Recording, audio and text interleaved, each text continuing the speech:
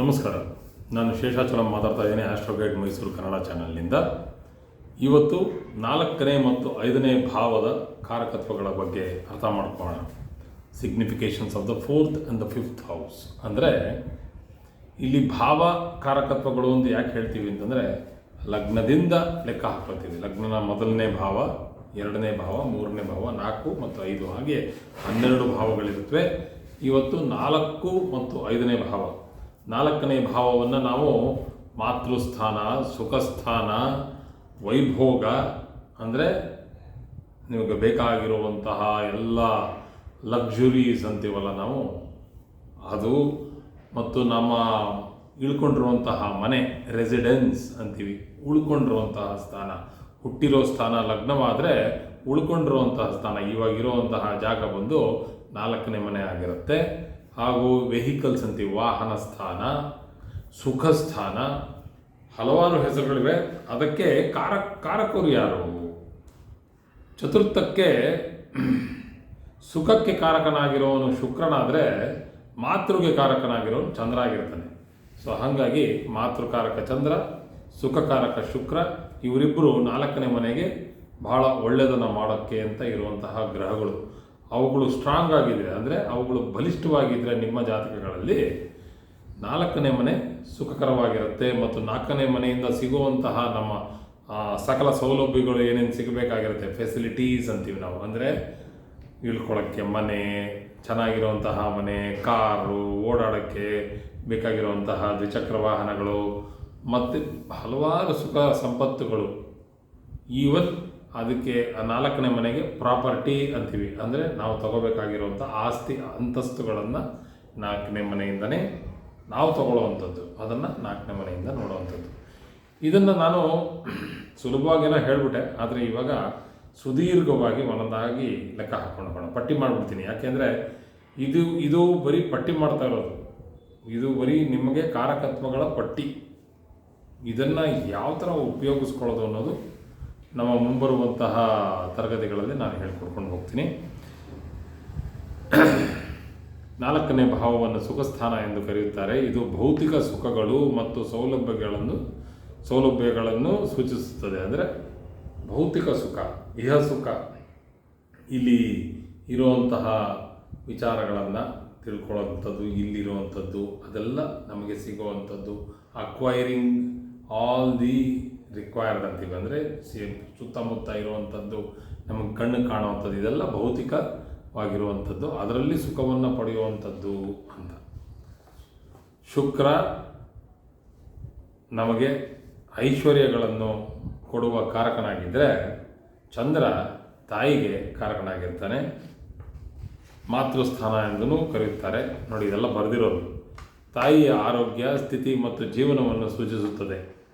ಈಗ ಚಂದ್ರನನ್ನು ಮಾತ್ರ ನೋಡಬೇಕಾ ತಾಯಿಗೆ? ಇಲ್ಲ, ಚತುರ್ಥಾಧಿಪತಿ ಮತ್ತು ಚತುರ್ಥ ಸ್ಥಾನವನ್ನು ನಾವು ನೋಡಬೇಕು. ಚತುರ್ಥ ಸ್ಥಾನದಲ್ಲಿ ಕೆಟ್ಟದಾಗಿ ಗ್ರಹಗಳು ಕೂತಿರೋದು, ಒಳ್ಳೆಯದಾಗಿ ಗ್ರಹಗಳು ಕೂತಿರೋದು, ಅವೆಲ್ಲ ಕೆಟ್ಟದ್ದು ಒಳ್ಳೆಯದನ್ನು ತಾಯಿಗೆ ಅವು ಮಾಡುತ್ತವೆ. ಅಂದರೆ ಒಳ್ಳೆಯ ಗ್ರಹಗಳು ಕೂತಿದ್ರೆ ತಾಯಿಯೂ ಸುಖವಾಗಿದ್ದು ತಾಯಿಯಿಂದನೂ ನೀವು ಸುಖವನ್ನು ಪಡಿತೀರಾ ಅಂತ ತೋರಿಸುತ್ತದೆ. ಬಲವಾದ ಚಂದ್ರ ಮತ್ತು 4ನೇ ಭಾವ ತಾಯಿಯ ಪ್ರೀತಿ ಮತ್ತು ಬೆಂಬಲವನ್ನು ಸೂಚಿಸುತ್ತದೆ. ಭೌತಿಕ ಸುಖಗಳು ಮತ್ತು ಐಶ್ವರ್ಯ, ಮನೆ ಮತ್ತು ವಾಸಸ್ಥಳ, ಅದೇ ರೆಸಿಡೆನ್ಸ್ ಅಂತ ಹೇಳೋದಲ್ಲ, ವಾಸಸ್ಥಳ, ಸ್ವಂತ ಮನೆ ಅಥವಾ ಅಪಾರ್ಟ್ಮೆಂಟ್, ಐಷಾರಾಮಿ ಜೀವನ ಶೈಲಿ, ಅಂದರೆ ಲಕ್ಸುರಿಯಾಗಿ ಐಷಾರಾಮಿಯಾಗಿರೋದು, ಅದಕ್ಕೆ ಭೋಗ ಅಂತಲೇ ಕರೆದೆ ನಾನು. ಭೋಗ ಸ್ಥಾನ ಅಂತಲೂ ಕರಿಬೋದು ನಾವು 4ನೇ ಮನೆಯನ್ನು. ಅನ್ನಭೋಗ ಸ್ಥಾನವಾಗಿಲ್ಲದೆ ಇದ್ರೂ ಅದು ವೈಭೋಗಕ್ಕೆ ಬೇಕಾಗಿರುವಂತಹದ್ದು 4ನೇ ಮನೆ ಚೆನ್ನಾಗಿದ್ರೇ ಅದಾಗೋದು. ಪೀಠೋಪಕರಣಗಳು ಮತ್ತು ಗೃಹ ಸೌಲಭ್ಯಗಳು, ಹೌಸ್ ಹೋಲ್ಡ್ ಕಂಫರ್ಟ್ಸ್ ಅಂತ ಕರಿತೀವಿ. ವಾಸಿಸುವ ಪರಿಸರದ ಗುಣಮಟ್ಟ, ಎಲ್ಲಿರ್ತೀರ ನೀವು, ಅದು ರಾಶಿಕಾರಕತ್ವಗಳಿಂದಲೂ ತಗೋಬೇಕಾಗಿರೋದು. ಎಲ್ಲಿರ್ತೀರ ಅಂತಂದರೆ, ಈ ಭೂಮಿಯ ಮೇಲೆ ನೀರಿರೋ ಜಾಗದಲ್ಲಿರ್ತೀರೋ, ಇಲ್ಲ ಬರ ಜಾಗದಲ್ಲಿರ್ತೀರೋ, ಇಲ್ಲ ನೀವು ಬೆಟ್ಟ ಗುಡ್ಡಗಳಲ್ಲಿರ್ತೀರೋ, ಕಾಡಲ್ಲಿರ್ತೀರೋ, ಕಾಡು ಮೇಡಲ್ಲಿರ್ತೀರೋ, ಕುರ್ಚುಲ್ ಕಾಡಲ್ಲಿರ್ತೀರೋ, ಗುಡ್ಡಗಳಲ್ಲಿರ್ತೀರೋ, ಇಲ್ಲ ಅಂತಂದರೆ ಸಮುದ್ರದ ತೀರದಲ್ಲಿರ್ತಿರೋ ಇದೆಲ್ಲ ಅರ್ಥ ಮಾಡ್ಕೋಬೇಕು ಅಂತಂದರೆ ರಾಶಿಕಾರಕತ್ವಗಳು ಮತ್ತು ಗ್ರಹಕಾರಕತ್ವಗಳು ಅಂದರೆ ಯಾವುದು ಭಾವಕಾರಕತ್ವಗಳನ್ನು ಎರಡನ್ನೂ ತಗೊಂಡು ಗ್ರಹಕಾರಕತ್ವಗಳು ಅಂದರೆ ಪ್ಲಾನೆಟರಿ ರಾಶಿ ಗ್ರಹ ಮತ್ತು ಭಾವ ಮೂರನ್ನೂ ಸೇರಿಸಿ ನೋಡಿದಾಗ ನಮಗೆ ಗೊತ್ತಾಗತ್ತೆ ಎಲ್ಲಿ ಇರಬೇಕು, ಎಲ್ಲಿ ಇರ್ತಾರೆ ಅಂತ. ಅದು 4ನೇ ಮನೆ ಮತ್ತು 4ನೇ ಮನೆಯ ಅಧಿಪತಿ ಮತ್ತು 4ನೇ ಮನೆ ಮೇಲೆ ಇರುವಂತಹ ಯಾವ ಯಾವ ಪ್ರಭಾವಗಳಿವೆ ಅವುಗಳ ಮೇಲೆ ಅದನ್ನು ಅರ್ಥ ಮಾಡ್ಕೋಬೇಕು. ವಾಹನಗಳ ಮಾಲೀಕತ್ವ, ಕಾರುಗಳು ಮತ್ತು ಸಾರಿಗೆ ಸೌಲಭ್ಯಗಳು ಮತ್ತು ವಾಹನಗಳ ಗುಣಮಟ್ಟ ಮತ್ತು ಐಶ್ವರ್ಯ, ಇದೆಲ್ಲ ವಾಹನಗಳಿಂದ ಬರುವಂತಹ ಐಶ್ವರ್ಯ. ಶಾಲಾ ಶಿಕ್ಷಣವನ್ನು 4ನೇ ಭಾವದಿಂದ ನೋಡಲಾಗುತ್ತದೆ. ಅಂದರೆ ನೋಡಿ, ಇದು ಶಿಕ್ಷಣಕ್ಕೆ ಬೇಕಾಗಿರುವಂತಹ ಇದನ್ನು ನಾವು 2 ಥರ ಇದೆ. ಒಂದು ನಾಲೆಡ್ಜ್, ಇನ್ನೊಂದು ಕ್ವಾಲಿಫಿಕೇಷನ್ ಅಂತ. ಅಂದರೆ ಉತ್ತೀರ್ಣರಾಗಿ ನೀವು ಇವಾಗ ಪದವೀಧರರಾದ್ರಿ, ಅದು ಸರಿ, ನೀವು ಎಷ್ಟು ಸರ್ ಬುದ್ಧಿ ಇದೆ, ಆ ಸರ್ಟಿಫಿಕೇಟನ್ನು ತೋರಿಸ್ಬಿಟ್ರಿ ಸ್ವಾಮಿ ನೀವು ಪದವೀಧರರಾಗಿದ್ದೀವಿ ಅಂತ, ಪದವೀಧರ ಸ್ನಾತಕೋತ್ತರ ಪದವಿ ಬಂದ್ಬಿಟ್ಟಿದೆ ನನಗೆ, ಸರಿ ಆಯಿತು. ಆ ವಿಚಾರದಲ್ಲಿ ನೀವು ಬಾಯಿ ಬಿಟ್ಟಾಗ ಗೊತ್ತಾಗತ್ತೆ, ಓಹೋ ಇವ್ರೇನೂ ಕಲ್ತಿಲ್ಲ, ಇವ್ರು ಸಿಕ್ಕಾಪಟ್ಟೆ ಕಲ್ತಿದ್ದಾರೆ. ಅಂದರೆ ಸರ್ಟಿಫಿಕೇಟು ಪೇಪರಲ್ಲಿ ಪ್ರಿಂಟಾಗಿ ಬರುತ್ತಲ್ಲ, ಆ ಸರ್ಟಿಫಿಕೇಟು ಮತ್ತು ಕ್ವಾಲಿಫಿಕೇಷನು ನಿಮಗೆ ಉತ್ತೀರ್ಣರಾಗಿ ನಿಮಗೆ ಬರುವಂತಹ ಒಂದು ಕ್ವಾಲಿಫಿಕೇಷನ್ಗೆ ಇದನ್ನು 4ನೇ ಮನೆ ಅಂತ ಕರಿತೀವಿ. ಅದರಲ್ಲೂ ಶಾಲಾ ಶಿಕ್ಷಣವನ್ನು 4ನೇ ಭಾವದಿಂದ ನಾವು ನೋಡೋದು. 5ನೇ ಭಾವಕ್ಕೆ ಬಂದಾಗ ಅದರದ್ದು ಹೇಳ್ತೀನಿ, ಭಾಳ ಮುಖ್ಯವಾಗಿದೆ ಅದು. ಶಾಲೆಗೆ ಸೇರಿದ ನಂತರ ಶಿಕ್ಷಣ ಮತ್ತು ಉನ್ನತ ಶಿಕ್ಷಣದ ಮೊದಲ ಭಾಗ. ಉನ್ನತ ಶಿಕ್ಷಣದ ಮೊದಲನೇ ಭಾಗ ಅಂತಂದರೆ ಈಗ +2 ಅಂತೀವಿ, 12ನೇ ನಾವು ಕ್ಲಾಸ್, 12ನೇ ಕ್ಲಾಸ್ ಆದಮೇಲೆ ಈ ಡಿಗ್ರಿಗೆ ಹೋಗ್ತಾರಾ, ಇಂಜಿನಿಯರಿಂಗ್ ಹೋಗ್ತಾರಾ ಅನ್ನುವಂತಹ ಒಂದು ಸಮಯ ಬಂದು 4ನೇ ಭಾವ ಅಲ್ಲಿಗೆ ಮುಗಿಯುತ್ತೆ. ಶಾಲೆಗೆ ಸೇರಿದ ನಂತರ ಶಿಕ್ಷಣ ಮತ್ತು ಉನ್ನತ ಶಿಕ್ಷಣದ ಮೊದಲು ಇರುವ ಅಧ್ಯಯನ, ಮೂಲಭೂತ ಶಿಕ್ಷಣ ಅಡಿಪಾಯ, ಬೇಸಿಸ್ ಇದು. ಯಾಕೆ ಅಂತಂದರೆ ಶಾಲೆಗೆ ಹೋಗ್ತೀವಿ ಅಂತಂದರೆ ಅರ್ಥ ಮಾಡ್ಕೊಂಬಿಡಿ, 4ನೇ ಕ್ಲಾಸ್ 5ನೇ ಕ್ಲಾಸ್ ಅಲ್ಲಿಂದ 12ನೇ ಕ್ಲಾಸ್ ತನಕ ಮಾಡುವಂತಹ ನಮ್ಮ ಏನೇನು ನಾವು ಪಾಠಗಳನ್ನು ಓದ್ತೀವಿ ಅದೇ ನಮ್ಮ ಮೂಲಭೂತ ಶೈಕ್ಷಣಿಕ ಜೀವನ. ಅಲ್ಲಿ ಆಟ ಆಡ್ತೀವ, ಪಾಠ ಓದ್ತೀವ, ಯಾವುದ್ರಲ್ಲಿ ನಾವು ಮುಂದೆ ಬರ್ತೀವಿ ಅನ್ನೋದು 4ನೇ ಮನೆ ಸೂಚಿಸುತ್ತೆ. ಇದು ನಮಗೆ ಯಾವ್ಯಾವ ಥರ ವಿಚಾರಗಳನ್ನು ಸೂಚಿಸುತ್ತೆ ಅನ್ನೋದು ನೋಡಿ. ಕೃಷಿ ಭೂಮಿ, ಹೊಲಗಳು ಮತ್ತು ಕೃಷಿ ಭೂಮಿಗಳು, ತೋಟಗಾರಿಕೆ, ಬೆಳೆ, ಈ ಥರ ಬರುವಂತಹ ಪ್ರದೇಶಗಳನ್ನು ಮತ್ತು ನೀರಾವರಿ ಕೃಷಿ ಮತ್ತು ಸಮೃದ್ಧ ಬೆಳೆಗಳನ್ನು ಬೆಳೆಯುವಂತಹ ವಿಚಾರವನ್ನು 4ನೇ ಮನೆ ಸೂಚಿಸುತ್ತೆ. ಇವಾಗ ಯಾರಾದರೂ ಬಂದ್ಬಿಟ್ಟು ನಿಮಗೆ ನಾನು ಇವಾಗ ಕೆಲಸದಿಂದ ನಿವೃತ್ತಿ ಪಡೆದಿದ್ದೀನಿ, ನಾನು ಬಾಳೆ ಬೆಳಿಬೋದಾ, ನನ್ನ ಹತ್ರ ಒಂದು 15 ಎಕರೆ ಜಾಗ ಇದೆ ನಮ್ಮ ತಂದೆದು, ಅದನ್ನು ನಾವು ಹಾಗೆ ಬಿಟ್ಟಿದ್ವಿ, ಇವಾಗ ಬಾಳೆ ಶುರು ಮಾಡಿಬಿಡ್ಲಾ ಅಂತ ಕೇಳಿದ್ರೆ ನಿಮಗೆ ಬಾಳೆ ಆಗ ಬರುತ್ತಾ ಇಲ್ವಾ, ಕಬ್ಬು ಆಗ ಬರುತ್ತಾ ಇಲ್ವಾ, ತೆಂಗು ಆಗ ಬರುತ್ತಾ ಇಲ್ವಾ, ಇಲ್ಲ ಅವರು ಭತ್ತ ಮಾಡಬೇಕಾ, ಏನು ಆ ಜಾಗ ಹೆಂಗಿರುತ್ತೆ, ಅವ್ರಿಗೆ ಏನು ಆಗಿ ಬರುತ್ತೆ, ಬೋರ್ವೆಲ್ ಹಾಕಿದ್ರೆ ಅವ್ರಿಗೆ ನೀರು ಬರುತ್ತಾ ಇಲ್ವಾ, ಇದೆಲ್ಲ ನೋಡಬೇಕು ಅಂತಂದರೆ 4ನೇ ಮನೆಯಿಂದಲೇ ನೋಡಬೇಕಾಗಿರೋದು. ಹಾಗೂ ಭೂಮಿ ಮಾಲೀಕತ್ವ, ಮನೆಗಳು ಮತ್ತು ಕಟ್ಟಡಗಳು, ನಿರ್ಮಾಣ ಚಟುವಟಿಕೆಗಳು, ಸ್ಥಿರಾಸ್ತಿ ವ್ಯವಹಾರಗಳು, ಅಂದರೆ ಆಸ್ತಿ ಸ್ಥಿರಾಸ್ತಿ ಈ ವಿಚಾರಗಳಲ್ಲಿ ವ್ಯವಹಾರಗಳನ್ನು ಮಾಡುವಂತಹ ರಿಯಲ್ ಎಸ್ಟೇಟ್ ಮತ್ತು ಪ್ರಾಪರ್ಟಿ ಡೀಲಿಂಗ್ ಅಂತೀವಲ್ಲ, ಅದನ್ನು ನೀವು 4ನೇ ಮನೆಗೆ ನೋಡಬೇಕಾಗಿರೋದು. ಯಾರಾದರೂ ಬಂದ್ಬಿಟ್ಟು ನಾನು ರಿಯಲ್ ಎಸ್ಟೇಟ್ ಮಾಡಲಾ ಸರ್ ಅಂತ ಕೇಳಿದ್ರೆ 4ನೇ ಮನೆ ಹೆಂಗಿದೆ ಅಂತ ನೋಡಿ, 8ನೇ ಮನೆ ಹೆಂಗಿದೆ ಅಂತ ನೋಡಿ. ಯಾಕಂದರೆ ಯಾವುದಾದ್ರು ಒಂದು ತಗಲಾಟಕ್ಕೆ ತಗಲಾಕೊಂಬಿಟ್ಟು ಅವರು ಕಷ್ಟಕ್ಕೆ ಆಮೇಲೆ ಅಲ್ಲಿ ಹೋಗಿ ಕೋರ್ಟು ವ್ಯವಹಾರಗಳಿಗೆ ಹೋಗಬಾರ್ದು. ಹಾಗಾಗಿ 8ನೇ ಮನೆ ನೋಡಬೇಕು. 4ನೇ ಮನೆಗೆ ಸಂಬಂಧಿಸಿರುವಂತಹ ವೃತ್ತಿಗಳು ಯಾವುದು ನೋಡೋಣ. ಕೃಷಿ, ಸಿವಿಲ್ ಇಂಜಿನಿಯರಿಂಗ್, ವಾಸ್ತುಶಿಲ್ಪ, ನಿರ್ಮಾಣ ಕ್ಷೇತ್ರ ಅಂದರೆ ಕನ್ಸ್ಟ್ರಕ್ಷನ್ ಇಂಜಿನಿಯರಿಂಗ್ ಅಂದರೆ ಮನೆ ಕಟ್ಟೋದು, ಬ್ರಿಡ್ಜ್ ಕಟ್ಟೋದು, ಸೇತುವೆ ಮಾಡೋದು, ಅದು ಸಾರಿಗೆ ವ್ಯವಹಾರ, ಆತಿಥ್ಯ ಕ್ಷೇತ್ರ ಅಂದರೆ ಹಾಸ್ಪಿಟಾಲಿಟಿ ಮ್ಯಾನೇಜ್ಮೆಂಟ್, ಈ ಹೋಟೆಲು, ರೆಸ್ಟೋರೆಂಟು ಇದೆಲ್ಲ ಇಟ್ಕೊಳ್ಳೋವಂಥದ್ದು, ಪಶು ಸಂಗೋಪನೆ ಮತ್ತು ಹಾಲು ಉತ್ಪನ್ನಗಳು, ಡೈರಿ ಪ್ರಾಡಕ್ಟ್ಸ್, ಆ್ಯನಿಮಲ್ ಹಸ್ಬೆಂಡ್ರಿ, ಹಸುಗಳು, ಆಡುಗಳು, ಹಾಲು ಮತ್ತು ಹಾಲು ಉತ್ಪನ್ನಗಳು ಮತ್ತು ಪಶು ಸಂಪತ್ತು, ಇವೆಲ್ಲ 4ನೇ ಮನೆಯಿಂದ ನೋಡುವಂಥದ್ದು. ದೇಹದ ಭಾಗಗಳನ್ನು ನಾವು ಯೋಚನೆ ಮಾಡಿದ್ರೆ ಎದೆ ಮತ್ತು ಸ್ತನಗಳು, ಚೆಸ್ಟ್ ಏರಿಯಾ ಹಾಗೂ ಶ್ವಾಸಕೋಶಗಳು ಮತ್ತು ಹೃದಯದ ಮೇಲ್ಭಾಗ, ಈ ಭಾಗ ನಮಗೆ 4ನೇ ಮನೆಗೆ ಬರುವಂಥದ್ದು. ಅದರ ಒಳಗಡೆ ಹೃದಯದ ಮೇಲ್ಭಾಗ ಅಂತ ಹೇಳಿದ್ದೀನಿ ಅಂದರೆ ಅರ್ಥ ಮಾಡ್ಕೊಳ್ಳಿ, ಒಳ ಅಂಗಗಳನ್ನು ನಾವು ಯೋಚನೆ ಮಾಡ್ತಾ ಇದ್ದೀವಿ. ಶ್ವಾಸಕೋಶಗಳಲ್ಲಿ 3ನೇ ಮನೆ 4ನೇ ಮನೆ ಎರಡೂ ಬರುತ್ತೆ. ಅರ್ಧ ಭಾಗ 3ನೇ ಮನೆಗೆ ಮೇಲೆ ಭಾಗ ಶ್ವಾಸಕೋಶಗಳದು, 4ನೇ ಬಂದು ಕೆಳಭಾಗ, ಅಲ್ಲಿಗೆ ಮುಗೀತು ಶ್ವಾಸಕೋಶ. 5ನೇ ಮನೆಯೂ ಬರುತ್ತೆ, ಆದರೆ ಅದು ಭಾಳ ಕೆಳಭಾಗದಲ್ಲಿ ಬರುತ್ತೆ. ಆರೋಗ್ಯಕ್ಕೆ ಸಂಬಂಧಿತ ಕಾರಕತ್ವಗಳನ್ನು ನೋಡಬೇಕು ಅಂದರೆ ಶ್ವಾಸಕೋಶ ಅಂತ ಹೇಳಿದ ಮೇಲೆ ಉಸಿರಾಟದ ಸಮಸ್ಯೆ ಮತ್ತು ದೇಹದ ಮೇಲ್ಭಾಗಕ್ಕೆ ರಕ್ತ ಸಂಚಾರ, ಹೃದಯದ ಸಂಬಂಧಿತ ವಿಷಯಗಳು ಮತ್ತು ರಕ್ತದ ಒತ್ತಡ, ಬ್ಲಡ್ ಪ್ರೆಷರ್, ಅದನ್ನು ನೋಡಬೇಕು ಅಂದರೆ 4ನೇ ಮನೆಯಿಂದ ಮತ್ತು ಲಗ್ನದಿಂದನೂ ನೋಡಬೇಕು. ಬ್ಲಡ್ ಪ್ರೆಷರ್ ಬರೀ 4ನೇ ಮನೆಯಿಂದ ಅಲ್ಲ, ಎರಡನ್ನೂ ನೋಡಬೇಕು. ವಾಟರ್ ರಿಸೋರ್ಸಸ್, ಜಲಸಂಪನ್ಮೂಲಗಳು, ಇದನ್ನು 4ನೇ ಮನೆಯಿಂದ ನೋಡ್ಬೇಕು ನಾವು. ಬಾವಿಗಳ, ಕೆರೆಗಳ, ಸರೋವರಗಳ, ನದಿಗಳ ಹರಿಯುವಂತಹ ನಾವು ಹರಿವುಗಳು ಅಂತೀವಿ ಅಂದರೆ ಸ್ಟ್ರೀಮ್ಸ್, ಚಿಕ್ಕದು ಹರಿವುಗಳು, ಅದ ನೀರಾವರಿ ವ್ಯವಸ್ಥೆಗಳ ಇದು ಯಾವ ಥರ ನಮಗೆ ಆಗಿ ಬರುತ್ತೆ ಅನ್ನೋದನ್ನ ನೋಡಬೇಕು ಅಂದರೆ 4ನೇ ಮನೆಯಿಂದ ನೋಡಬೇಕು. ಕೃಷಿ ಚೆನ್ನಾಗಿರಬೇಕು, ಒಳ್ಳೆಯ ಒಂದು ಕೃಷಿ ಭೂಮಿ ಬೇಕು ಅಂತಂದರೆ ಕೃಷಿಗೆ ಸಂಬಂಧಪಟ್ಟಿರುವಂತಹ ಗ್ರಹಗಳು ಕೂತಿರಬೇಕು. ಇವಾಗ ಶುಕ್ರ ಕೂತಿದ್ದ 4ನೇ ಮನೆಯಲ್ಲಿ ಅಂತ ಅಂದ್ಕೋಣ, ಕೃಷಿ ಮಾಡಬೇಕು. ಆವಾಗ ಅವರು ಫ್ಲಾರಿಕಲ್ಚರ್ ಅಂದರೆ ಹೂ ಬೆಳಿಬೋದು, ಭಾಳ ಚೆನ್ನಾಗಿರುತ್ತೆ. ಹೂವಲ್ಲಿ ವ್ಯಾಪಾರ ಮಾಡ್ಬೋದು. ಹೂ ಕಟ್ಬಿಟ್ಟು ವ್ಯಾಪಾರ ಮಾಡೋದಕ್ಕೂ, ಡೆಕೋರೇಷನ್ ಮಾಡೋದಕ್ಕೂ, ಇದಕ್ಕೆಲ್ಲದಕ್ಕೂ ಶುಕ್ರ ಅಧಿಪತಿ ಆಗಿರೋದ್ರಿಂದ 4ನೇ ಮನೆಯಲ್ಲಿ ಕೂತಿದ್ರೆ ಸುಖವಾಗಿ ಅದನ್ನು ಮಾಡ್ಬೋದು. ಅದೊಂದು ಒಳ್ಳೆಯ ವ್ಯವಹಾರ. ಐಷಾರಾಮಿ ವಸ್ತುಗಳು ಅಂದರೆ ಯಾವುದು, ಸುಗಂಧ ದ್ರವ್ಯಗಳು, ಮಸಾಲೆ ಪದಾರ್ಥಗಳು, ಬಟ್ಟೆಗಳು, ಆಭರಣಗಳು, ಗೃಹ ಸೌಕರ್ಯಗಳು, ಇದಕ್ಕೆ 4ನೇ ಮನೆ ಅಂತ ಹೇಳಿದ್ನಲ್ಲ, ಇದಕ್ಕೆ ಕಮ್ಮಿನೇ ಇಲ್ಲ. ಹೋಗ್ತಾ ಇದ್ರೆ ತುಂಬ ದೊಡ್ಡ ಪಟ್ಟಿ ಇದು, ಅಷ್ಟು ದೊಡ್ಡ ಪಟ್ಟಿ ಇದೆ 4ನೇ ಮನೆಗೆ. ಅದಕ್ಕೆ ಹೇಳಿದೆ ನಾನು, ಮೊದಲನೇ ಮನೆ ತುಂಬ ದೊಡ್ಡದು, ಅದಾದ ಮೇಲೆ ಬರ್ತಾ ಇದ್ರೆ ಕಮ್ಮಿಯಿಂದ ತಿರ್ಗಾ ಜಾಸ್ತಿ ಆಗ್ತಾ ಹೋಗುತ್ತೆ, ತಿರ್ಗಾ ಕಮ್ಮಿ ಆಗ್ತಾ ಹೋಗುತ್ತೆ. ನಿಮ್ಗೆ ಅರ್ಥ ಆಗುತ್ತೆ. ಅಂದರೆ ಮುಖ್ಯವಾಗಿ ನಮಗೆ 4ನೇ ಮನೆಯಿಂದ ಅರ್ಥ ಮಾಡ್ಕೋಬೇಕಾಗಿರೋದು ಏನಪ್ಪ ಅಂತಂದರೆ ಸುಖ, ತಾಯಿಯ ವಿಚಾರ, ಶಿಕ್ಷಣ ಮತ್ತು ಆಸ್ತಿಯ ಭಾವವಾಗಿದೆ. ಬಲವಾದ 4ನೇ ಭಾವವು ಗೃಹ ಸುಖ, ಆಸ್ತಿ, ವಾಹನಗಳು ಮತ್ತು ಆರಾಮದಾಯಕ ಜೀವನವನ್ನು ನೀಡುತ್ತದೆ.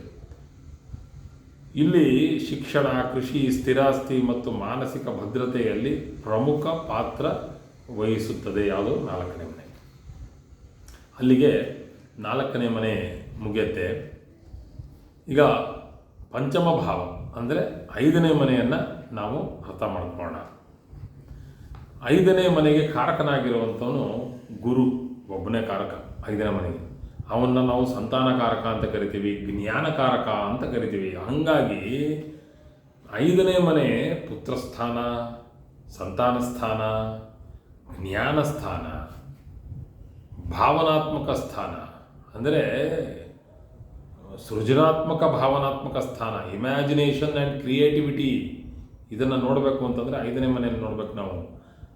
ಅಲ್ಲಿ ಕೆಟ್ಟ ಗ್ರಹಗಳು ಕೂತ್ಕೊಂಡು, ದಡ್ಡರಾಗಿರೋ ಗ್ರಹಗಳು ಕೂತ್ಕೊಂಡ್ರೆ ಬುದ್ಧಿಮಂದ ರೋಗ ಬರುವಂತಹ ಸಾಧ್ಯತೆಗಳಿರುತ್ತೆ.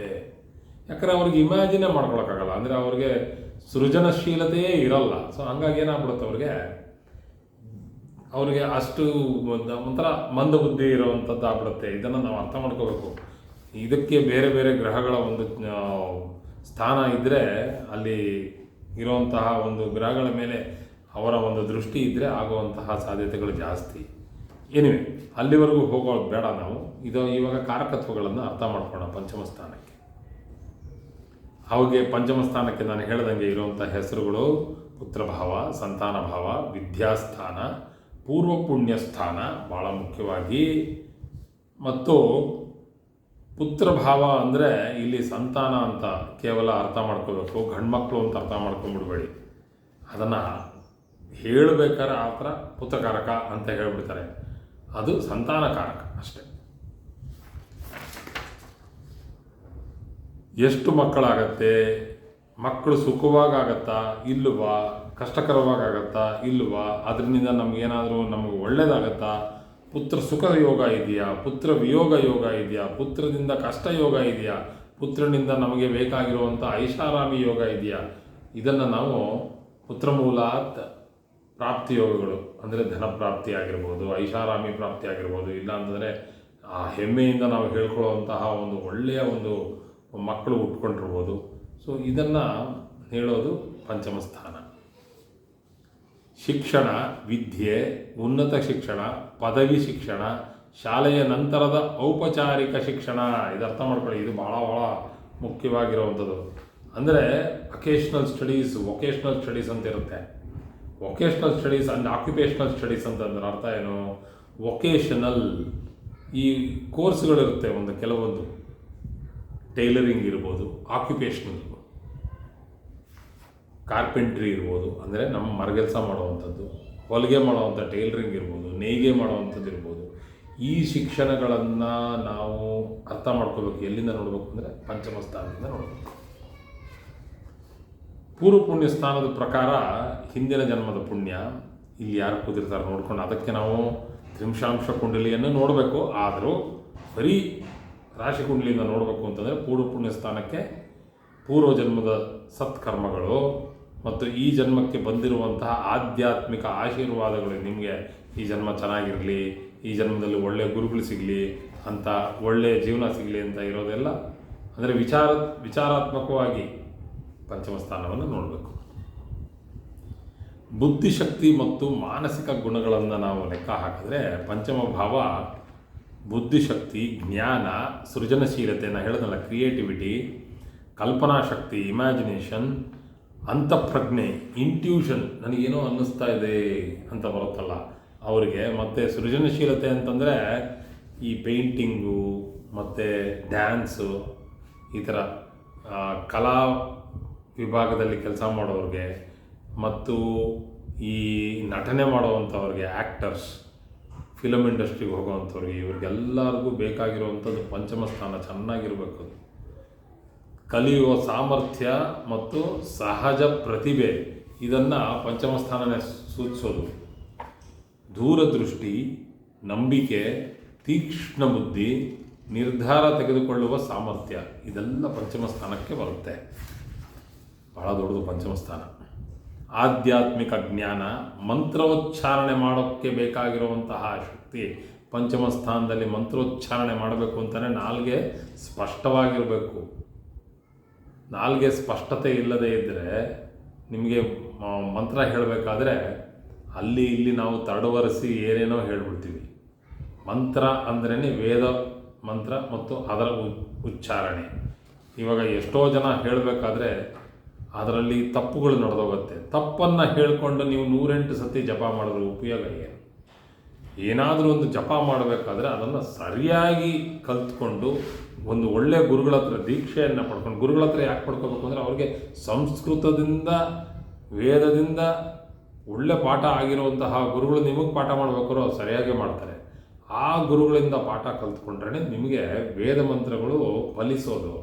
ಇಲ್ಲ ಅಂತಂದರೆ ಸುಮ್ಮನೆ ನಾವು ಇಲ್ಲಿ ಅಲ್ಲಿ ಟಿ ವಿನಲ್ಲಿ ಮತ್ತು ಇನ್ನೆಲ್ಲೋ ಒಂದು ಕಡೆ ಕಲ್ತ್ಬಿಟ್ಟು ಸುಮ್ಮನೆ ನಾವು ಅದನ್ನೇ ಉಚ್ಚಾರಣೆ ಮಾಡ್ತೀವಿ ಅಂತಂದರೆ ಇದೊಂಥರ ಈ ಟೇಪ್ ಹಾಕ್ಬಿಟ್ಟು ವೀಡಿಯೋನಲ್ಲಿ ನಾವು ನೋಡಿಕೊಂಡು ಯೋಗ ಕಲ್ತಂಗೆ ಆಗ್ಬಿಡುತ್ತೆ. ಯೋಗ ಇವೆಲ್ಲ ಯೋಗ, ಜ್ಯೋತಿಷ್ಯ, ವ್ಯಾಕರಣ ಇದೆಲ್ಲ ಗುರುಗಳ ಹತ್ರ ಕಲಿಬೇಕು.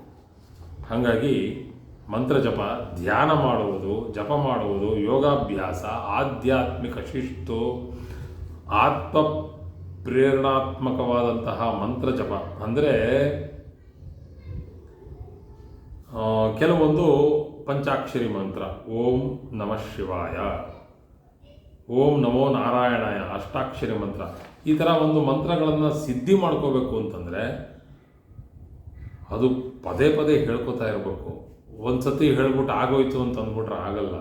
1000 ಲಕ್ಷ ಸತಿ ಹೇಳಿಕೊಂಡು ಒಂದು ಸತಿ ಕೂರಿಸ್ಕೋತಾರೆ. ಇದನ್ನು ನಾವು ಸಿದ್ಧಿ ಅಂತ ಕರಿತೀವಿ. ಇದನ್ನು ಪಂಚಮ ಸ್ಥಾನದಿಂದ ನೋಡುವಂಥದ್ದು. ಮತ್ತು ಅದಕ್ಕೆ ಉದಾಹರಣೆಯಾಗಿ ಇಲ್ಲಿ ಕೊಟ್ಟಿರೋದು ಗಾಯತ್ರಿ ಮಂತ್ರದಲ್ಲಿ ಓಂ ಅನ್ನುವಂತಹ ಜಪವನ್ನು ಶುರು ಮಾಡಿಕೊಂಡೇ ನಾವು ಗಾಯತ್ರಿ ಮಂತ್ರವನ್ನು ಮಾಡ್ತೀವಿ. ಓಂ ಅನ್ನೋ ಜಪವನ್ನೇ ಸರಿಯಾಗಿ ಕಲಿಲ್ಲ ಅಂದರೆ ಇನ್ಯಾವ ಗಾಯತ್ರಿ ಮಂತ್ರವನ್ನು ಕಲಿತಾರೆ ಜನ. ಸೊ ಹಾಗಾಗಿ ಒಂದು ಗುರುಗಳ ಹತ್ರ ಹೋಗಿ ಮಂತ್ರಗಳನ್ನು ಕಲ್ತ್ಕೊಳ್ಳಿ. ಕಲಿಯೋದ್ರಲ್ಲಿ ಏನೂ ತಪ್ಪಿಲ್ಲ, ಯಾರು ಬೇಕಾದ್ರೂ ಕಲಿಬೋದು, ಕಲಿಯೋದ್ರಲ್ಲಿ ಏನು ತಪ್ಪಿಲ್ಲ. ಈಗ ಎಷ್ಟೋ ಜನ ಕೇಳ್ತಾರೆ, ಹೆಂಗಸರಿಗೆ ಹೇಳಬಾರ್ದ ಗಂಡಸರಿಗೆ ಹೇಳಬಾರ್ದ ಅನ್ನೋದು. ಇದೆಲ್ಲ ಹಿಂದೆ ಆಗಿರುವಂತಹ ಒಂದು ವಿಚಾರಗಳನ್ನು ತಿಳ್ಕೊಂಡು ಕೆಲವು ವಿಚಾರಗಳಲ್ಲಿ ಪ್ರತಿಪಾದಿಸೋದು ಏನಂತಂದರೆ ಹೆಣ್ಮಕ್ಳು ಹೇಳಬಾರ್ದು ಅಂತ, ಕೆಲವು ಕಡೆ ಪ್ರತಿಪಾದಿಸ್ತಾರೆ ಇಲ್ಲ ಹೆಣ್ಮಕ್ಳು ಹೇಳ್ಬೋದು ಅಂತ. ವೇದವನ್ನೇ ಬರೆದಿದ್ದಾರಲ್ಲ ಹೆಣ್ಮಕ್ಳು. 3 ಜನ ಋಷಿಕನ್ಯರು ಋಷಿಗಳಾಗಿ ಅವರು ಋತ್ವಿಜರಾಗಿ ವೇದವನ್ನೇ ಬರೆದಿದ್ದಾರಲ್ಲ. ಸೊ ಹಾಗಾಗಿ ಹೇಳಬಾರ್ದು ಅಂತಂದರೆ ನಾವೇನು ಮಾಡೋಣ? ಹೇಳ್ಬೋದು. ಎಷ್ಟರ ಮಟ್ಟಿಗೆ ಯಾವ ಯಾವ ವೇದ ಮಂತ್ರಗಳನ್ನು ಹೇಳಬಾರ್ದು ಹೇಳಬೇಕು ಅನ್ನೋದು ಗುರುಗಳು ಹೇಳ್ಕೊಡ್ತಾರೆ. ಅದನ್ನು ಕೇಳಿಬಿಟ್ಟು ಅವ್ರ ಹತ್ರ ಪಾಠ ಕಲ್ತ್ಕೊಳ್ಳಿ, ಗುರುಗಳ ಹತ್ರ ಪಾಠ ಕಲ್ತ್ಕೊಳ್ಳಿ. ವೇದ ಮಂತ್ರ ಹೇಳಬೇಕಂದ್ರೆ ಗುರುಗಳ ಹತ್ರ ಪಾಠ ಕಲ್ತ್ಕೊಳ್ಳಿ. ಶ್ಲೋಕವನ್ನು ಹೇಳಬೇಕು ಅಂತಂದರೆ ಒಳ್ಳೆಯ ಪಂಡಿತರ ಹತ್ರ ಪಾಠ ಕಲ್ತ್ಕೊಳ್ಳಿ.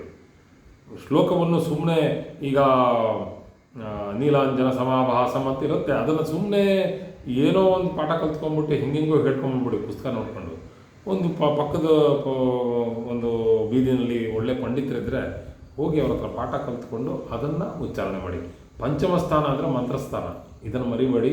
ಇದರಿಂದ ನಿಮಗೆ ತುಂಬ ಉಪಯೋಗಗಳಾಗುತ್ತವೆ. ಯಾಕಂದರೆ ಧ್ಯಾನ ಮಾಡೋದರಿಂದ ಮತ್ತು ಜಪ ಮಾಡೋದರಿಂದ ಇರುವಂತಹ ಉಪಯೋಗ ಮನಸ್ಸನ್ನು ಒಂದು ಸಮತೋಲನಕ್ಕೆ ತಂದು ಇಡುತ್ತೆ. ಪೀಸ್ಫುಲ್ನೆಸ್ ಅಂತ ಅದಕ್ಕೆ ತರಬೇಕು, ಅದನ್ನು ನಾವೇ ತರಿಸ್ಬೇಕು. ಹಾಗೂ ಕಲಾತ್ಮಕ ಪ್ರತಿಭೆ, ಸೃಜನಾತ್ಮಕ ಚಿಂತನೆ, ಸಾಹಿತ್ಯ, ಕಾವ್ಯ, ಕಥೆ ಬರವಣಿಗೆ. ನೋಡಿ ಇಲ್ಲಿ ಸರ್ ದುಡ್ಡು ಮಾಡೋ ಅಂಥದ್ದು ಏನಾದರೂ ಹೇಳಿ ಸರ್, ನೀವೇನು ಸರ್ ಪಂಚಮ ಸ್ಥಾನಕ್ಕೆ ಬರ್ತಾ ಇದ್ದಂಗೆ ಅಲ್ಲಿ ನೋಡಿದ್ರೆ 4ನೇ ಮನೆಯವ್ರಿಗೆ ಏನು ಹೇಳಿದ್ರಿ, ಕನ್ಸ್ಟ್ರಕ್ಷನ್ ಬಿಸ್ನೆಸ್ ಅಂತಂದ್ರಿ, ರಿಯಲ್ ಎಸ್ಟೇಟ್ ಅಂತಂದ್ರೆ ಒಳ್ಳೆ ದುಡ್ಡು ಮಾಡ್ಕೊತೀರಾ, ಆಸ್ತಿ ಮಾಡ್ಕೊತೀರಾ, ಕಾರೆಲ್ಲ ತಗೋತೀರಾ ಅಂತಂದರೆ ಪಂಚಮ ಸ್ಥಾನದಲ್ಲಿ ಯಾವ ಕಾರು ಫ್ಲೈಟು ಏನೂ ಇಲ್ವಲ್ಲ ಸರ್ ಅಂತಂದರೆ ಅದನ್ನೇ ಪಂಚಮ ಸ್ಥಾನ. ಪಂಚಮ ಸ್ಥಾನ ಅಂದರೆ ಅರ್ಥ ಏನು? ಆಧ್ಯಾತ್ಮಿಕ ವಿಚಾರ ಮತ್ತು ನಿಮ್ಮ ಒಂದು ಸೃಜನಶೀಲತೆಗೆ ಸೇರ್ಕೊಂಡಿರುವಂಥದ್ದು ಪೂರ್ವ ಪುಣ್ಯ ಸ್ಥಾನ ಅಲ್ವಾ ಇದು?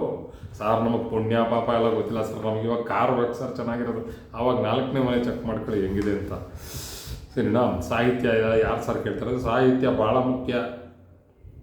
ಅದರಲ್ಲೂ ನಮ್ಮ ಕನ್ನಡ ಸಾಹಿತ್ಯ, ಲೋಕದಲ್ಲೇ ಇರೋ ಎಲ್ಲ ಸಾಹಿತ್ಯಗಳನ್ನು ಒಂದು ಕಡೆ ಗುಡ್ಡೆ ಹಾಕಿದ್ರೆ ನಮ್ಮ ಕನ್ನಡ ಸಾಹಿತ್ಯ ಇನ್ನೊಂದು ಕಡೆ ತೂಗತ್ತದು, ಅಷ್ಟು ತೂಕ ಇದೆ. ಅದಕ್ಕೆ ಹೇಳೋದು ಭಾವಗೀತೆ ಅಂತ ಇದೆಯಲ್ಲ, ಅದು ಕನ್ನಡ ಭಾಷೆಯಲ್ಲಿ ಮಾತ್ರ ಇರೋದು ಭಾವಗೀತೆಗಳು, ಬೇರೆ ಭಾಷೆಗಳಲ್ಲಿಲ್ಲ. ಇದನ್ನೆಲ್ಲ ನೀವು ನಮ್ಮ ಗುರುಗಳು ಹೇಳಿರೋದು ನನಗೆ. ಇದು ಸರಿನೋ ತಪ್ಪು ಅಂತ ನೀವೇ ಅದನ್ನು ಪರಿಶೀಲನೆ ಆಮೇಲೆ ಮಾಡಿ ನನಗೆ ಹೇಳಿ ಕಾಮೆಂಟ್ಸಲ್ಲಿ.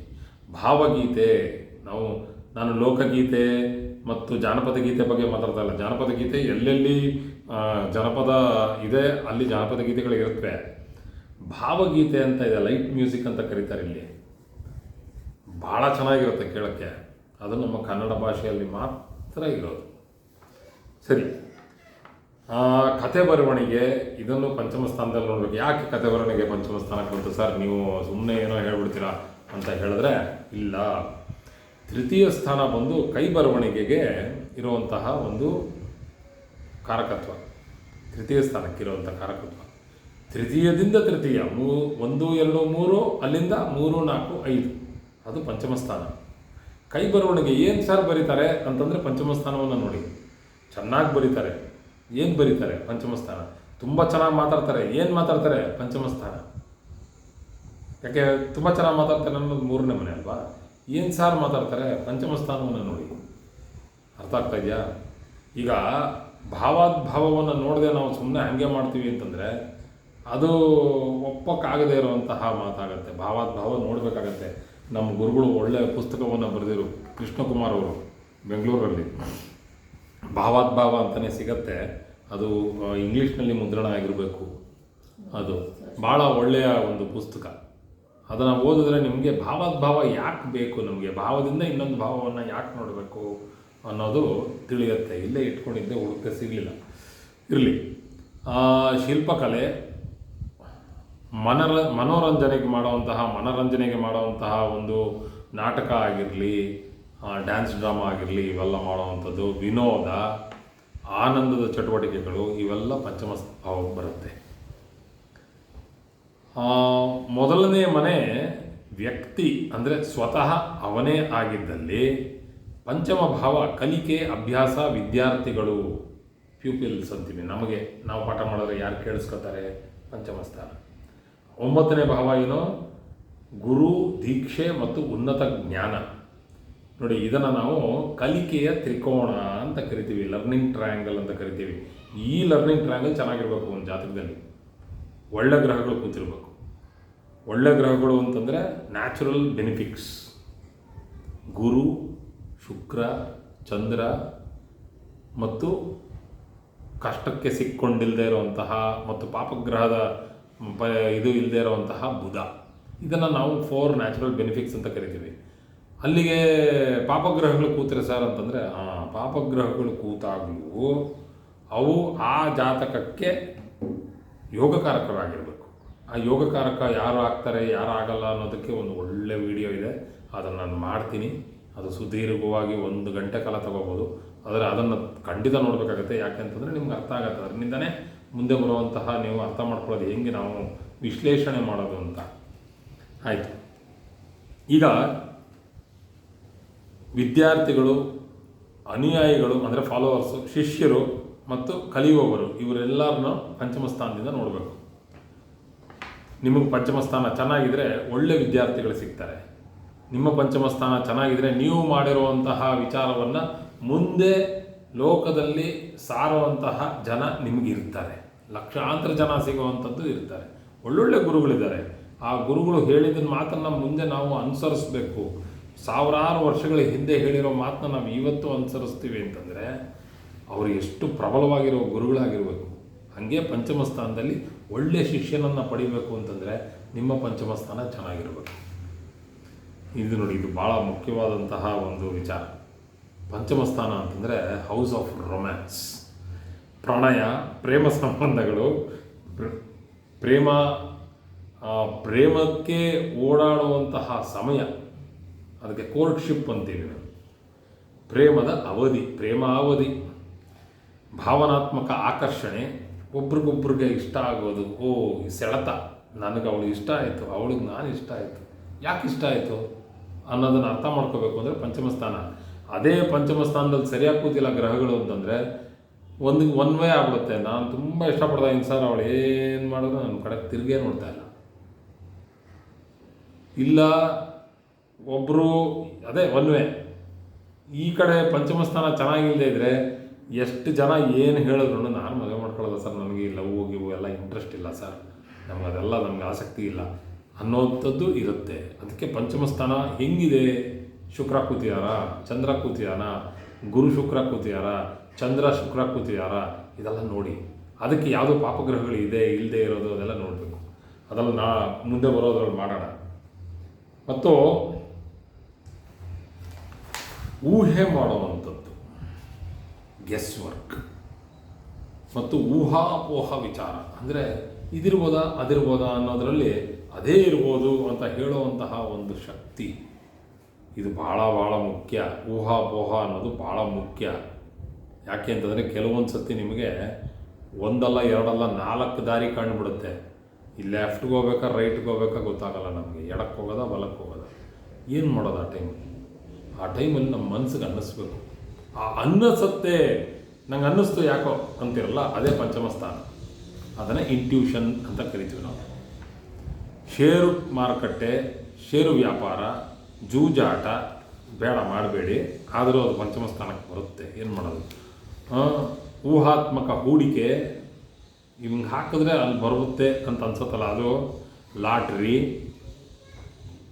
ಕಾರ್ಡ್ ಆಟ ಆಡೋದು ಕ್ಲಬ್ಗಳಲ್ಲಿ ಅಲ್ಲದೇ ಇದ್ರೂ ಬೇರೆಗಡೆ ಆಡ್ತಾರೆ, ಅದು ಮಾಡಬೇಡಿ. ಮತ್ತು ಭಾಳ ಸುಲಭವಾಗಿ ಕಷ್ಟವಾಗಿರುವಂತಹ ಒಂದು ಸಮಸ್ಯೆಯನ್ನು ಬಿಡಿಸಿ ಪಜಲ್ ಸಾಲ್ವಿಂಗ್ ಅಂತೀವಿ ನಾವು, ಅದು ಮಾಡುವಂಥದ್ದು ಪಂಚಮ ಸ್ಥಾನ ಆಗಿರುತ್ತೆ. ಅದೃಷ್ಟ ಆಧಾರಿತ ಆಟಗಳು ಅಂದರೆ ಗೇಮ್ಸ್ ಆಫ್ ಚಾನ್ಸ್, ಪಗಡೆ ಆಡೋದು, ಮಹಾಭಾರತದಲ್ಲಿ ಆಡಿದ್ರಲ್ಲ ಪಗಡೆ, ಅದೆಲ್ಲ ಅದೃಷ್ಟ. ಅದು 4 ಬೀಳದೆ 3 ಬಿದ್ದರೆ ಏನು ಶಕುನಿನ ಹಾಕಿದ ತಕ್ಷಣ ಎಲ್ಲ ದಾಳ ಹಾಕಿದ್ರೆ 1 ಅಂದರೆ 1, 2 ಅಂದರೆ 2 ಅಂತ ಬಿಡೋಕ್ಕೆ. ಸೊ ಹಂಗಾಗಿ ಎಲ್ಲರೂ ಅನ್ಕೊಂಡ್ಬಿಡ್ತಾರೆ ನಾನು ಶಕುನಿ ಅಂತ ಅನ್ಕೊಂಡ್ಬಿಟ್ಟು ಯಾವುದೋ ಎಲ್ಪ್ ತಗೊಂಡು ಕೂತ್ಕೊಂಡು ಮಾಡ್ಕೊಂಡ್ಬಿಡ್ಬಿಟ್ರೆ ಆಗಲ್ಲ, ಅವೆಲ್ಲ ಆಗುತ್ತೆ ಇರೋ ಕಥೆಗಳು. ಹಾಗಾಗಿ ಆದಷ್ಟು ಇದೆಲ್ಲ ಪಂಚಮ ಸ್ಥಾನಕ್ಕೆ ಇರುವಂತಹ ಕಾರಕತ್ವಗಳಷ್ಟೇ. 11ನೇ ಭಾವದಿಂದ ನೋಡಬೇಕಾಗಿರೋದು ಏನ ಲಾಭ. ಆದರೆ ಪಂಚಮ ಸ್ಥಾನ ಏನು ಹೇಳುತ್ತೆ, ನೀವು ಅದನ್ನು ಮಾಡ್ಬೋದಾ ಮಾಡಬಾರ್ದಾ ಎಷ್ಟರ ಮಟ್ಟಿಗೆ ಅನ್ನೋದು ಪಂಚಮ ಸ್ಥಾನ ಹೇಳುತ್ತೆ. ಪಂಚಮಕ್ಕೆ ಆ ಕಡೆ ಪಕ್ಕ ಕೂತಿರೋದು ಯಾವ ಮನೆ, 11ನೇ ಭಾವ. ಅವೆರಡೂ ಮುಖಾಮುಖಿ ಕೂತಿರುತ್ತೆ. ಇದಕ್ಕೆ ಆಪೋಸಿಟ್ ಅದು. ಇಲ್ಲಿ ಚೆನ್ನಾಗಿದ್ದು ಅಲ್ಲಿ ಚೆನ್ನಾಗಿದ್ದರೆ ನಿಮಗೆ ಸಿಗತ್ತೆ, ಇಲ್ಲ ಅಂತಂದರೆ ಇಲ್ಲಿ ಚೆನ್ನಾಗಿದ್ದು ಅಲ್ಲಿಲ್ಲ ಅಂತಂದರೆ ಆಡ್ತಾನೆ ಇರ್ತೀರ, ಕಳ್ಕೊತಾನೆ ಇರ್ತೀರ. ಆಮೇಲೆ ಹುಷಾರು. ಆಯಿತು, ಈಗ ಮನುಷ್ಯನ ವ್ಯಕ್ತಿತ್ವದ ಬಗ್ಗೆ ಮಾತಾಡೋಣ. ಪಂಚಮ ಸ್ಥಾನ ಅಂತಂದರೆ ವ್ಯಕ್ತಿತ್ವ, ವರ್ತನೆ, ನೈತಿಕತೆ, ಧಾರ್ಮಿಕ ಮೌಲ್ಯಗಳು. ಇದನ್ನು ಉಲ್ಟನೂ ತಗೋಬೋದು ನೀವು ಆ ಕಡೆ ಪಕ್ಕ. ಅಧರ್ಮವನ್ನು ಸೂಚಿಸುತ್ತೆ ಕೆಟ್ಟ ಗ್ರಹ ಕೂತಿದ್ರೆ. ಒಳ್ಳೆಯ ಮತ್ತು ಕೆಟ್ಟ ನಡತೆ, ಮನೋಭಾವ, ಮೆಂಟಲ್ ಡಿಸ್ಪೊಸಿಷನ್. ಪಂಚಮ ಸ್ಥಾನದಲ್ಲಿ ಕೂತಿರುವಂತಹ ಗ್ರಹಗಳ ಮೇಲೇ ನಾವು ಹೇಳುವಂಥದ್ದು ಇವರಿಗೆ ಮಾನಸಿಕವಾದಂತಹ ದೌರ್ಬಲ್ಯ ಇದೆಯಾ ಇಲ್ವಾ ಅನ್ನೋದನ್ನು ನಾವು ಪರಿಗಣಿಸೋದು ಹಿಂಗೆ ಪೂರ್ವ ಜನ್ಮದ ಕರ್ಮ, ಹಿಂದಿನ ಜನ್ಮದ ಪುಣ್ಯ, ಆಧ್ಯಾತ್ಮಿಕ ಆಶೀರ್ವಾದಗಳು ಮತ್ತು ಈ ಜನ್ಮದ ಮೇಲೆ ಪರಿಣಾಮ ಬೀರುವ ಕರ್ಮ, ಇದನ್ನು ಪಂಚಮ ಸ್ಥಾನದಿಂದ ನೋಡ್ತೀವಿ. ಹೃದಯ, ಹೊಟ್ಟೆ, ಜೀರ್ಣಶಕ್ತಿ ಮತ್ತು ಜೀರ್ಣಾಂಗದ ವ್ಯವಸ್ಥೆ, ಅಂದರೆ ನಾವು ಡೈಜೆಸ್ಟಿವ್ ಸಿಸ್ಟಮ್ ಅಂತೀವಿ ನಾವು. ಪಂಚಮ ಸ್ಥಾನದಲ್ಲಿ ಕೆಟ್ಟ ಗ್ರಹ ಕೂತಿದ್ರೆ ಗ್ಯಾಸ್ಟ್ರಿಕ್ ಟ್ರಬಲ್ ಆಗೋದು, ಬಾಯಿಗೆ ತಿಂದಿದ್ದು ಬಾಯಿಗೆ ಕಮಲ್ ತೇಗು ಅಂತೀವಿ, ಆ ತೇಗು ಬರುವಂಥದ್ದು, ಹೃದಯದಲ್ಲಿ ಏನಾದರೂ ತೊಂದರೆ ಆಗಿ ಸ್ಟೆಂಟು ಬೈಪಾಸ್ ಆಗೋದು, ಇವೆಲ್ಲ ಅರ್ಥ ಮಾಡ್ಕೋಬೇಕು ಅಂತಂದರೆ ನಾವು ಪಂಚಮ ಸ್ಥಾನವನ್ನು ನೋಡಬೇಕು. ಹಾಗೆ ಪಂಚಮ ಸ್ಥಾನದಲ್ಲಿ ನಾವು ನೋಡಬೇಕಾಗಿರೋದು ನಿಮ್ಮ ಬೈಲ್ ಜ್ಯೂಸ್, ಅಂದರೆ ನಿಮ್ಮ ಪಿತ್ತ ಎಷ್ಟರ ಮಟ್ಟಿಗೆ ಜಾಸ್ತಿನಾ ಕಮ್ಮಿನಾ, ನಿಮಗೆ ಕಷ್ಟ ಕೊಡ್ತಾ ಇದೆಯಾ, ಪಿತ್ತ ಜಾಸ್ತಿ ಆಗ್ತಾ ಇದೆಯಾ ಎಲ್ಲ ನೋಡೋದು ಪಂಚಮ ಸ್ಥಾನದಿಂದಲೇ. ಮುಖ್ಯವಾಗಿರುವಂಥ ಇನ್ನೂ 3 ವಿಚಾರ ಇದೆ. ಸಂತಾನೋತ್ಪತ್ತಿ ಸಂಬಂಧಿತ ಕಾರಕತ್ವಗಳನ್ನು ಪಂಚಮ ಸ್ಥಾನದಿಂದ ನೋಡಬೇಕು. ಸಂತಾನೋತ್ಪತ್ತಿ ಸಾಮರ್ಥ್ಯ ಅಂದರೆ ಫರ್ಟಿಲಿಟಿ, ಅಂಡಾಶಯದ ಕಾರ್ಯಕ್ಷಮತೆ, ಅಂಡಾಣುವಿನ ಗುಣಮಟ್ಟ, ವೀರ್ಯದ ಗುಣಮಟ್ಟ, ಅಂದರೆ ವೀರ್ಯಾಣು ಎಷ್ಟು ಚೆನ್ನಾಗಿದೆ ಅಂತ ಗಂಡಸರಲ್ಲಿ, ಅಂಡಾಣು ಎಷ್ಟು ಚೆನ್ನಾಗಿದೆ ಅಂತ ಹೆಂಗಸರಲ್ಲಿ ನೋಡಬೇಕು ಅಂತಂದರೆ ಅದು ಪಂಚಮ ಸ್ಥಾನವನ್ನು ನೋಡಬೇಕು. ಬರೀ ಇಷ್ಟನ್ನೇ ಮಾಡಬಾರ್ದು. ಯಾರಿಗೆ ಮಕ್ಕಳಾಗಿಲ್ಲ ಅಂತ ಹೇಳಿ ಯೋಚನೆ ಮಾಡ್ತಾ ಇರ್ತಾರೆ ಅವ್ರಿಗೆ ನಾವು ಕ್ಷೇತ್ರಸ್ಫುಟ, ಭಾವಸ್ಫುಟ ಮತ್ತು ಸಪ್ತಾಂಶದಲ್ಲಿ ಹೋಗಬೇಕು ಮುಂಚೆ ನಾವು ಮಾಡಬೇಕಾಗಿರೋದು. ಅದರಲ್ಲಿ ಸಪ್ತಾಂಶದಲ್ಲಿ 7 ಥರ ಇರುತ್ತೆ. ಅದರಲ್ಲಿ ಕ್ಷಾರ, ಕ್ಷೀರ, ಮಧು, ದಧಿ ಆ ಥರ ಇರುತ್ತೆ. ಅದರಲ್ಲಿ ಇಕ್ಷುರಸ ಅಂತ ಈ ಥರ ಅದರ ವಿಂಗಡಣೆಗಳನ್ನು ಅರ್ಥ ಮಾಡಿಕೊಂಡು ಅದನ್ನು ಹೋಲಿಸಿ ಅರ್ಥ ಮಾಡ್ಕೋಬೇಕು. ಅದನ್ನು ನಾನು ಬರೋ ದಿನಗಳಲ್ಲಿ ಪಾಠ ಮಾಡ್ತೀನಿ. ಹಾಗೂ ಇಲ್ಲಿ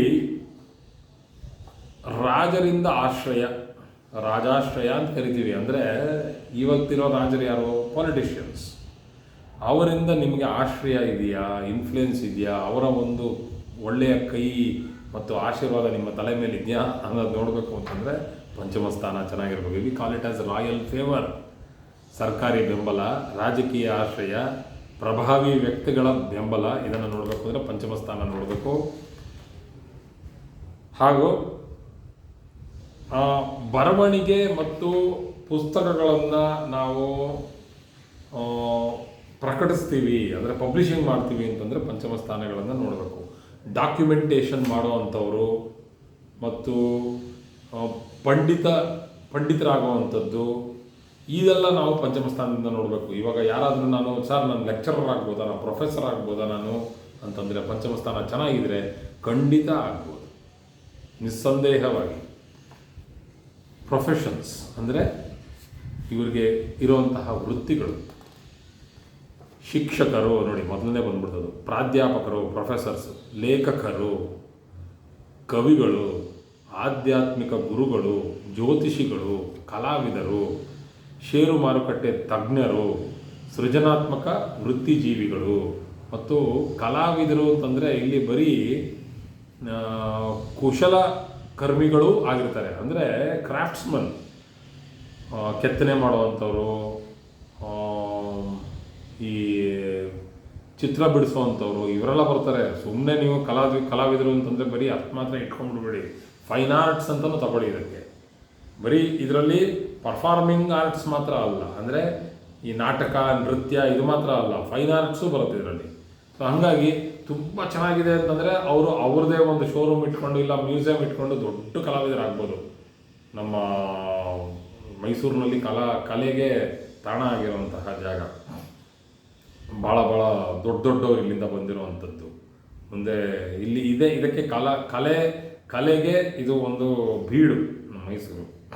ಹಾಗಾಗಿ ನಾನು ಹೇಳೋದು ಏನಂತಂದರೆ, ಪಂಚಮ ಸ್ಥಾನ ಚೆನ್ನಾಗಿದೆಯಾ, ಅದರಲ್ಲಿ ಒಳ್ಳೆ ಶುಕ್ರನೋ ಗುರುನೋ ಅಂಥವ್ರು ಕೂತಿದೆಯಾ, ಒಳ್ಳೆ ಕಲೆಗೆ ತಕ್ಕಂತಹ ಒಂದು ಕೆಲಸಕ್ಕೆ. ಅಂದರೆ ಎಲ್ಲರೂ ಏನು ಅಂದ್ಕೊಂಡ್ಬಿಟ್ಟಿದ್ದಾರೆ, ಇಂಜಿನಿಯರಿಂಗೇ ಮಾಡಬೇಕು, ಡಾಕ್ಟ್ರೇ ಓದಬೇಕು ಅಂತ ಅಂದ್ಕೊಂಡ್ಬಿಟ್ಟಿದ್ದಾರೆ. ಹಂಗಲ್ಲ, ಕಲೆಯನ್ನು ಬಿಟ್ಬಿಡ್ಬಾರ್ದು. ಕಲೆ ಬಿಟ್ಟರೆ ನಮ್ಮ ಒಂದು ಸಂಸ್ಕೃತಿನೇ ಹಾಳಾಗೋಗುತ್ತೆ. ಹಾಗಾಗಿ ಕಲೆಗೆ ಬೇಕಾಗಿರೋದನ್ನು ದಯವಿಟ್ಟು ಮಾಡಿ, ಮಕ್ಕಳಿಗೆ ಪ್ರೋತ್ಸಾಹ ಮಾಡಿ. ಹೆಂಗೆ ನಾವು ಇವಾಗ ಸ್ಪೋರ್ಟ್ಸ್ ಅಂತ ಹೇಳಿ ಕ್ರಿಕೆಟು, ಫುಟ್ಬಾಲ್ ಅಂತ ಪ್ರೋತ್ಸಾಹ ಮಾಡ್ತೀವಿ, ಕಲೆಗೆ ಪ್ರೋತ್ಸಾಹ ಮಾಡೋದು ಬಿಟ್ಬಿಟ್ಟಿದ್ದಾರೆ ಜನ. ಈಗ ನೃತ್ಯ ಕಲೆ ಆಗಲಿ, ನಮಗೆ ಹಾಡುಗಾರಿಕೆ ಆಗಲಿ, ಅದೆಲ್ಲ ಬಿಟ್ಬಿಟ್ಟಿದ್ದಾರೆ. ಅದಕ್ಕೆ ಕರ್ನಾಟಿಕ್ ಕ್ಲಾಸಿಕಲ್ ವೋಕಲ್ ಅದೆಲ್ಲ ಬಿಟ್ಬಿಟ್ಟಿದ್ದಾರೆ. ಕಲ್ತ್ಕೊಳ್ಳೋದನ್ನು ನಾವು ಮರಿಬಾರ್ದು. ಒಟ್ಟಾರೆ ಹೇಳಬೇಕು ಅಂತಂದರೆ ಪಂಚಮ ಭಾವ ಜ್ಯೋತಿಷ್ಯದಲ್ಲೇ ಅತ್ಯಂತ ಶುಭ ಭಾವಗಳಲ್ಲಿ ಒಂದಾಗಿರುತ್ತದೆ. ಅಂದರೆ ಪಂಚಮ ಭಾವ ಭಾಳ ಮುಖ್ಯ.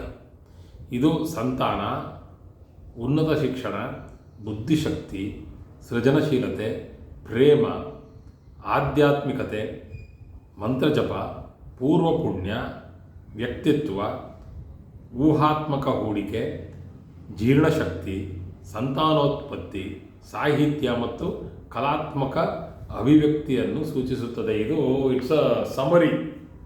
ಇದೆಲ್ಲ ಸೇರಿ ಪಂಚಮ ಭಾವ ಆಗತ್ತೆ ಅಂತ ಹೇಳೋಕ್ಕೆ. ಸೊ ಅಲ್ಲಿಗೆ ಚತುರ್ಥ ಭಾವ ಮತ್ತು ಪಂಚಮ ಭಾವ ಇವತ್ತಿಗೆ ಕಾರಕತ್ವಗಳನ್ನು ನಾನು ಸುದೀರ್ಘವಾಗಿ ನಿಮಗೆ ತಿಳಿಸಿದ್ದೀನಿ. ನಮಸ್ಕಾರ.